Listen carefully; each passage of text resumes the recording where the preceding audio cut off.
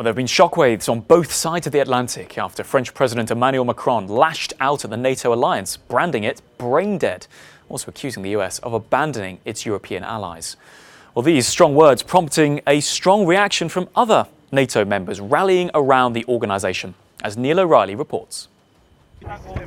A show of strength for a flagging alliance.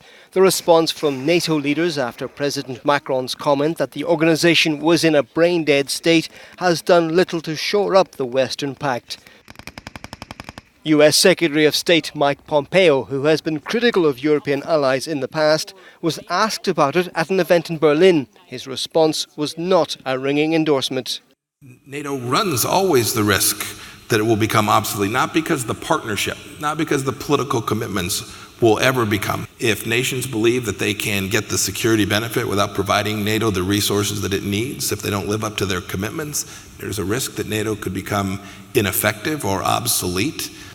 Ahead of a meeting with Pompeo, the German Chancellor tried to reassure him that her country at least intended to contribute more to an alliance that helped bring down the Berlin Wall.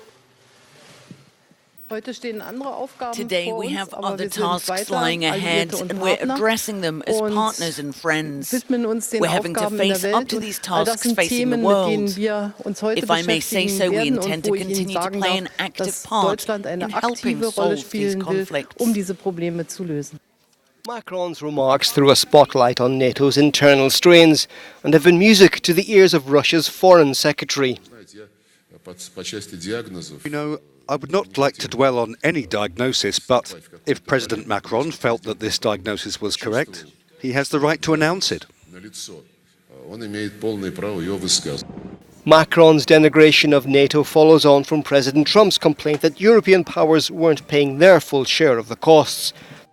The French president wants the EU to forge ahead with its own defence plans, and whether they would reinforce or undermine NATO is far from clear. Neil O'Reilly, Euronews.